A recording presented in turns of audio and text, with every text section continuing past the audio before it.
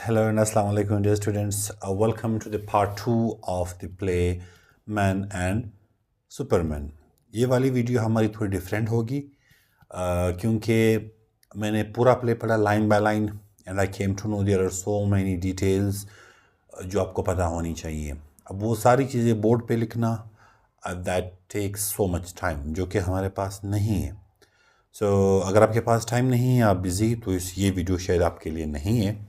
इसमें हम करेंगे यूँ कि आपको एक एक छोटा छोटा पॉइंट जो प्ले में है वो आपको मैं इस वीडियो के थ्रू जो है वो समझाऊंगा और उसके बाद फिर जाके आप साथ साथ अपने नोट्स भी बना सकते हैं. तो वो प्ले पढ़ने के बाद मैंने अपने नोट्स अपने साथ बनाए हुए हैं एंड आपको मैं अपने स्क्रीन से ही ओरली समझाऊंगा. तो in the mean while you can note down your points जो आपको लग रहे हैं कि दे आर रियली इम्पोर्टेंट. और फिर इससे रिलेटेड आपके पास साथ में कुछ रिलेटेड मटेरियल भी शेयर करूंगा. That would be reading material and once we are done with the play उसके एक्सरसाइजेज वगैरह जो हैं वो भी शेयर किए जाएंगे. And if still you are not a part of our WhatsApp group तो प्लीज़ मैसेज कीजिएगा. That is on 0333-2035-613 is the number. तो वहाँ पे आप with your name and city you can contact me. So let's get started with Act 1 of the play. It has been divided into parts. So we are going with the part 1. And that is the opening scene. जब आपका play start होता है और जैसे start होता है तो आपको कौन सी चीज़ें दिखाई देती हैं start में. So start में उन्होंने आपको setting and atmosphere जो है वो दिखाया गया है. And there is this man Robert Ramsden. इस बंदे का स्टडी रूम दिखाया गया आपको. रूम को जो डिस्क्राइब किया गया है, जो उसकी डिस्क्रिप्शन है वो बड़ी इंपॉर्टेंट है. आपको पता होना चाहिए कि with which intention they have started the play. So room is very elegant, clean and well organised. Like हर एक चीज़ बड़े ऑर्गेनाइज्ड वे में पड़ी हुई है. So which shows the sign of wealth, discipline and order. Right. So कोई dust कहीं पे भी नहीं है, हर एक चीज़ अपनी अपनी जगह पे पड़ी हुई है. सो ये रैम्सडन की पर्सनालिटी रिफ्लेक्ट करती है, which is traditional, disciplined and respectable upper class जो है जेंटलमैन है वहाँ के. रैम्सडन, इनका कैरेक्टर हम पहले पिछली वीडियो में देख चुके हैं. सो अब वो एक वेल्दी शख्स दिख रहा है, वेल मैनर्ड है और ट्रेडिशनल बंदा है. अब उस पर हम आते हैं कि ये उनकी सेटिंग थी. इंट्रोडक्शन ऑफ जो रॉबर्ट रैम्सडन, इनकी जो इंट्रोडक्शन है वो है ज़ाहिर उनकी सेट कमरे में ही उनकी सेटिंग शो कराएगी और वो बंदा जो है मॉर्निंग के लेटर्स जो है वो ओपन कर रहा है और ही सिम्बलाइजेस विक्टोरियन सोसाइटी.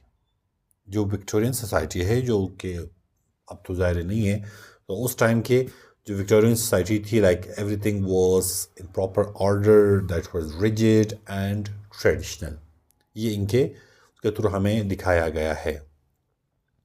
सो इसका टोन और स्टाइल अगर हम देखेंगे, रियलिज्म है इस डिस्क्रिप्शन में, इस बंदे के इंट्रोडक्शन में और इस सेटिंग में जो उन्होंने हमें दिखाया होगा. That detail description of the room, realism है इसमें और सेटायर भी है. Satire is like you know a slight humour in exaggerated cleanliness. वो जो क्लीनलीनेस आपको शो कराएगी ये कुछ ज़्यादा ही कराएगी, कितनी ज़्यादा सफाई है.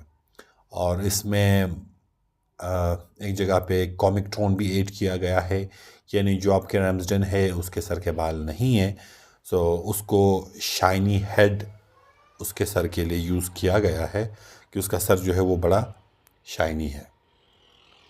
और इसकी ओपनिंग जो है वो बड़ी इम्पॉर्टेंट है. अभी तक हम इसको ओपनिंग पे ही है क्योंकि इसका जो सेटिंग है, जो मोड है, जो थीम है, वो सारे अपर क्लास जो लंदन की अपर क्लास सोसाइटी है उसको शो कर रही है और मॉडर्न आइडियाज़ वर्सेस ट्रेडिशन के थीम्स आपको इसमें दिखाई देंगे.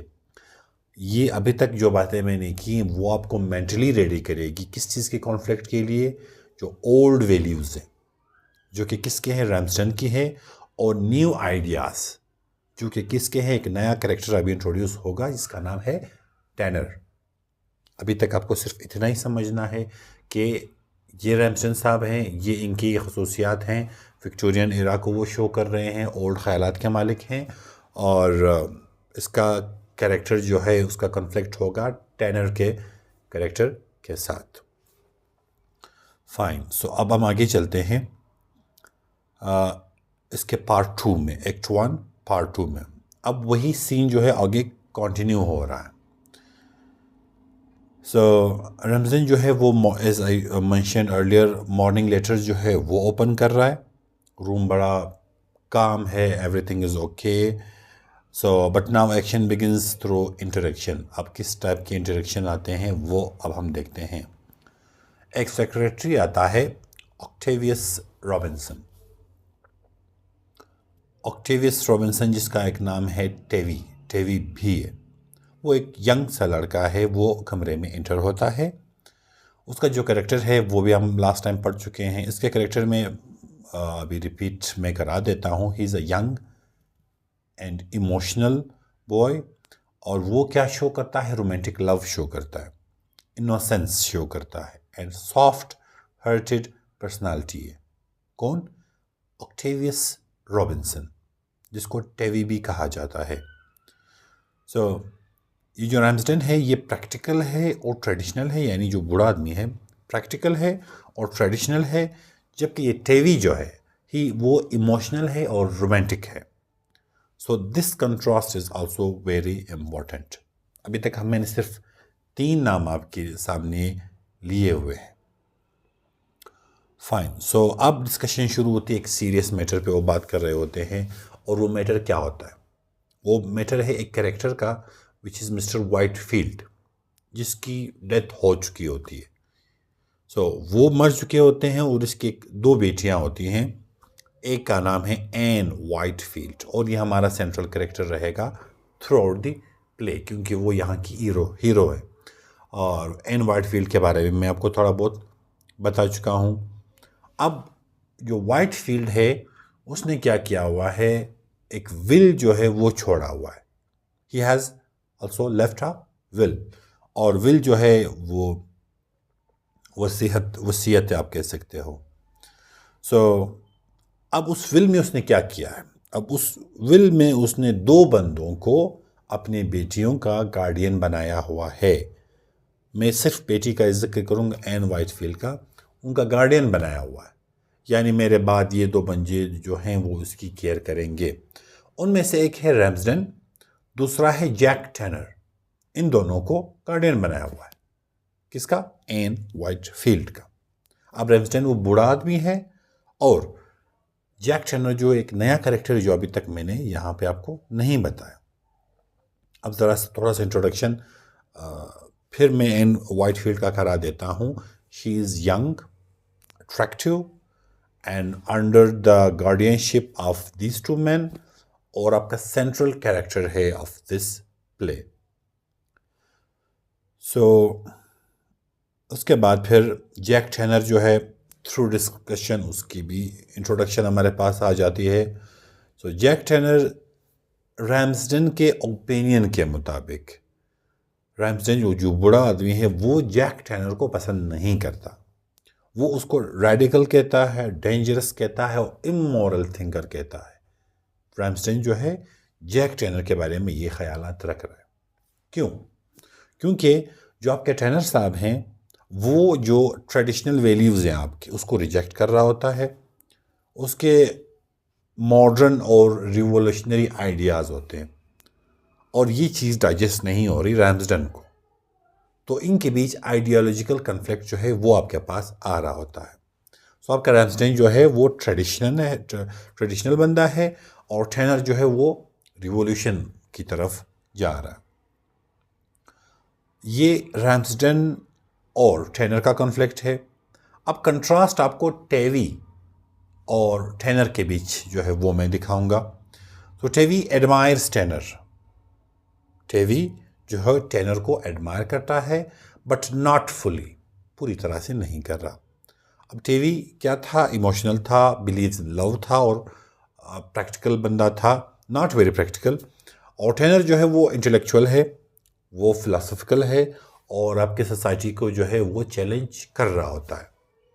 तो शॉ क्या कर रहा है, जो हमारे जॉर्ज बर्नार्ड शॉ है, so Shaw is showing different types of young man in that society. एक टेवी है और एक टेनर है। जो आपका टेवी वो रोमांटिक है और टेनर जो है he is a revolutionary thinker. अब जो विल है उस मिस्टर वाइटफील्ड की, that will take like a key plot element है आपका और बड़ा इंपॉर्टेंट है। रैम्सडन और Tanner they must take care of Ann, guide her future. अब मसला क्या है, जो रैम्सडन है बूढ़ा आदमी, वो टेनर को ट्रस्ट नहीं करता, क्योंकि उसका मानना है इसके जो थिंकिंग्स है, जो उसके जो भी वैल्यूज़ हैं वो बड़े नामुनासिब हैं, गैर महज़ब है, तो एन का क्या होगा। लेकिन according to the will Ramsden ने मिलकर काम करना है टेनर के साथ। So this creates conflict between the guardians. अब यहाँ तक थीम्स आपके क्या आ रहे हैं। First one is the generation conflict and you will relate to it. जो आप सोच रहे हैं, जो आपके फादर सोच रहे हैं, ज़मीन और आसमान का डिफरेंस आ रहा है। जो आप सोच रहे हैं, जो आपके बच्चे सोच रहे हैं, बहुत ज़्यादा फ़र्क आ रहा है। सो एक जनरेशनल कॉन्फ्लिक्ट, तो old versus new. Old is Ramsden, new is Tanner. Then love versus logic, ये इसमें है। टेवी जो है वो लव की तरफ जा रहा है और टेनर जो है वो लॉजिक की तरफ आ रहा है। देन कंट्रोल ऑफ वुमेन, ये बड़ा इंपॉर्टेंट है इसमें। Ann becomes the centre of what, protection, control, marriage discussion. अब एन जो है उसका फादर फोत हो गया, अब वो किसी न किसी के गले में पड़ेगी। यहाँ से आपको वुमेन का आइडिया हो जाएगा। So the tone of the scene is still formal but now more interactive. अब इंटरेक्टिव कैसा है, क्योंकि सीरियस डिस्कशन जो इसमें आ गई, आपके पास डेथ आ गई, रिस्पॉन्सिबिलिटी आ गई और थोड़ा सा ह्यूमर भी है इसमें। सो अब हम इसी एक्ट 1 के पार्ट 3 में जा रहे हैं। डिस्कशन हमारी क्या हुई अभी तक, जो रैम्सडन के रूम की सेटिंग है उस पर रैम्सडन पर बात हुई हमारी, और टेवी पे बात हुई, टेनर पे बात हुई, एंड उसके बाद एन वाइटफील्ड पे बात हुई, वाइटफील्ड की डेथ और विल पे बात हुई। ये बड़ी इंपॉर्टेंट चीज़ें हैं। Try to make this like a scene in your mind. अब क्या होता है, एन वाइटफील्ड जो है उसकी एंट्री होती है, वो आपको सीन में नज़र आएगी और ये बड़ा इंपॉर्टेंट मोमेंट है। जो फर्स्ट इंप्रेशन है एन वाइटफील्ड का, दैट इज शी इज काम, पोलाइट एंड वेल मैनर्ड। जो फर्स्ट इंप्रेशन है वो बड़ी पुरसकून है, बड़े लाइक पोलाइट है, शाइस्ता अंदाज रख रही हैं और वेल मैनर्ड है आपकी एन वाइटफील्ड, जो कि मिस्टर वाइटफील्ड की बेटी है। सो आपको इनोसेंट, रिस्पेक्टफुल और जेंटल वो आपको दिखेंगी, but this is only her outer personality. वो सिर्फ बाज़ाहिर ऐसी है कि वो बड़ी काम है, बड़ी पोलाइट है, अंदर से ऐसी नहीं है, अंदर से वो कुछ डिफरेंट है। अब इसके जो हिडन स्ट्रेंथ है वो क्या है, that is she is intelligent, she is confident, she is emotionally strong and quietly controlling. अब ये जो ट्रेड्स हैं ये किस में पाए जा रहे हैं, एन में। बाज़ाहिर वो बड़ी मासूम सी, खामोश सी और अच्छी भली लग रही है, लेकिन अंदर उसमें कुछ चीज़ें हैं। Like if she is intelligent, this is a good thing. If she is confident, emotionally strong, ये अच्छी चीज़ें। एंड क्वाइटली कंट्रोलिंग, ये वाला है, इससे मुझे ज़ाती इख्तिलाफ है और इससे जॉन टेनर को भी इख्तिलाफ होगा। जो ऊपर की 3 चीज़ें हैं दैट इज़ परफेक्टली फाइन, ये सही है, लेकिन जो क्वाइटली कंट्रोलिंग चीज़ है इससे टेनर को भी इख्तिलाफ होगा, क्योंकि Tanner is the guardian of her. So Shaw हमें क्या शो करा रहा है through this character, that a woman who influences others without appearing aggressive. वो कंट्रोल कर रही है सबको, लेकिन गुस्से में नहीं आ रही, एक सलीके से कर रही है। अब इसका जो ताल्लुक है एन का विद रैम्सडन, वो क्या है। So Ann behaves very respectfully with Ramsden, क्योंकि रैम्सडन एज में बड़े हैं और इनकी एज इतनी बड़ी नहीं है। So what this shows, she understands social rules, यानी बड़ों की इज्जत करनी चाहिए, छोटों पे शफकत करनी चाहिए. She knows how to speak politely and gain trust. और रैम्सडेन उसको किस नज़र से देखता है? Excuse me. रैम्सडेन उसको देखता है अ गुड प्रॉपर गर्ल, अच्छी भली लड़की उसको समझता है कि ये जो है अच्छी बच्ची है. But the audience begins to notice, audience ये नोटिस कर रहे, she is more strategic when she appears. जो उसके प्लान्स है वो ऑडियंस को समझ आ जाते हैं. ये उसका ताल्लुक है रैम्सडेन के साथ. अब उसका इंटरेक्शन जो है वो टेवी के साथ है, दैट इज ऑक्टेवियस. वो जो मैंने कहा इमोशनल बच्चा जो एक है, उसके साथ उसका कैसे ताल्लुक है. So now comes an important and emotional element. Tavy's की फीलिंग क्या है टेवी की इसकी तरफ? So he is deeply in love with Ann. So he is shy, sincere and devoted. उसको लाइक द रियल वाली मोहब्बत है एन के साथ. अब एन का रिस्पॉन्स क्या है? She is kind and gentle with him but she does not fully accept his love.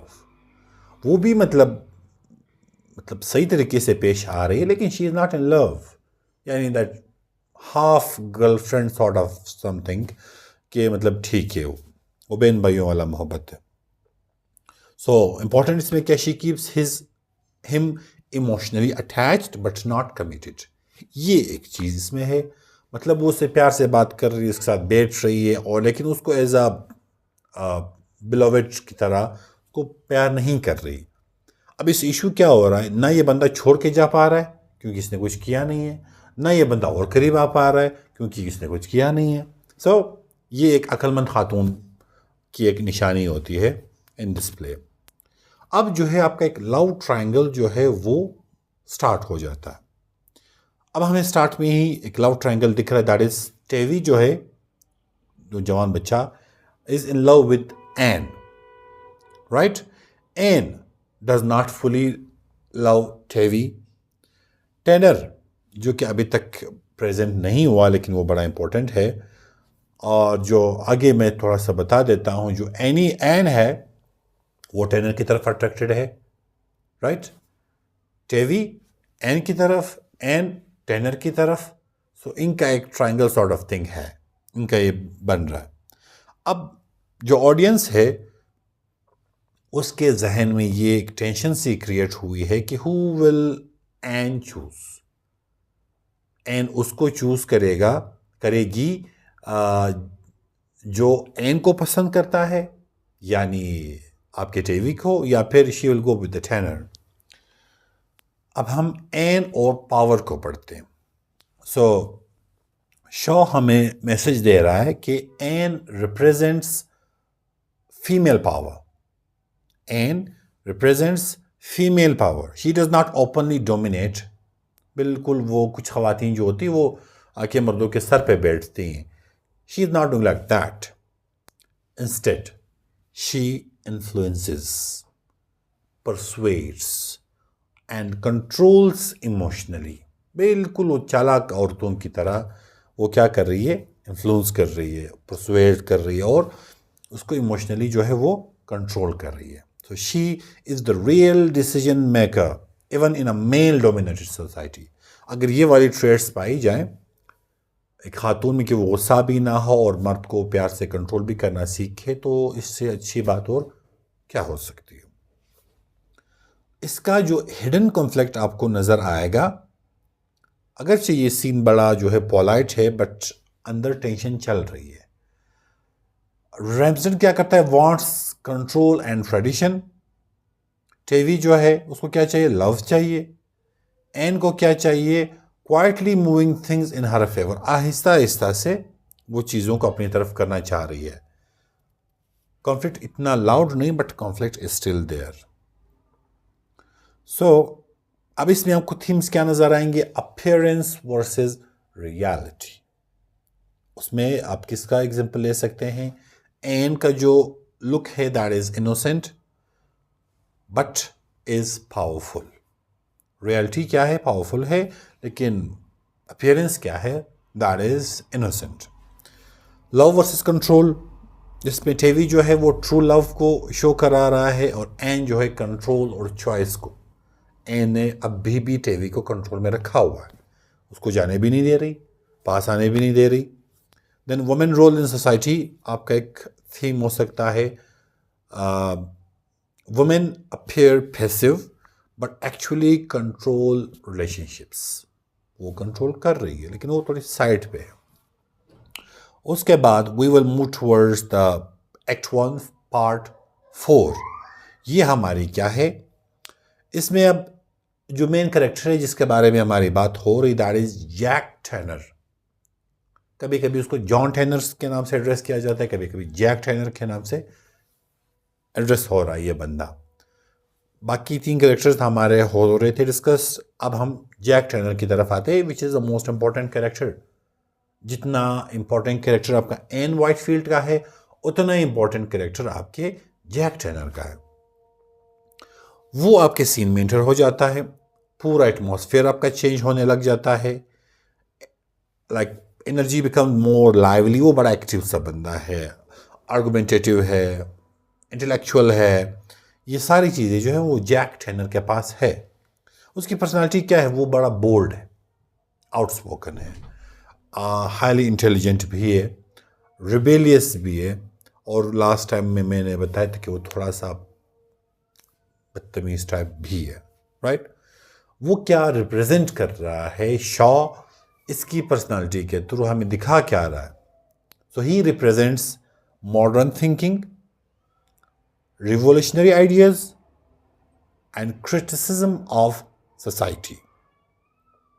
So, in simple words, he does not follow rules and the society questions him. That's all. Right? अब इसका जो immediate conflict आता है Jack Turner का रैम्सडन के साथ, क्योंकि ये दोनों जो है गार्डियन है एन वाइटफील्ड के। तो जैसे ही आपका टर्नर साहब जो है वो अपीयर हो जाता है, इन दोनों को हम थोड़ा सा देखते हैं। रैम्सडन जो है वो ट्रेडिशनल है, टर्नर मॉडर्न है। रैम्सडन कंजर्वेटिव है, टर्नर रेडिकल है। रैम्सडन जो है follows order, Turner follows prefers freedom. So respectability, individual thinking is here. अब जो उनकी आर्गूमेंट जो कन्वर्सेशन है वो आपकी उनकी बड़ी शार्प हो जाती है और आर्गुमेंटेटिव हो जाती है, बड़ा मतलब मसला इनका स्टार्ट हो जाता है। So this is the central ideological conflict of the play. अब क्या होता है, टर्नर्स के जो व्यूज़ हैं वो सोसाइटी के बारे में हम जानेंगे कि इसके व्यूज़ क्या है।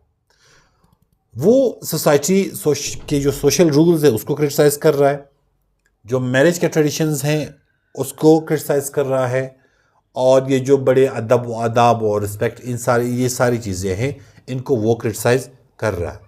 सो वो यकीन किस चीज़ पे कर रहा है, society is hypocritical and people follow rules blindly. वो उनको क्वेश्चन कर रहा है कि जो आपके लोग हैं वो किस टाइप के हैं।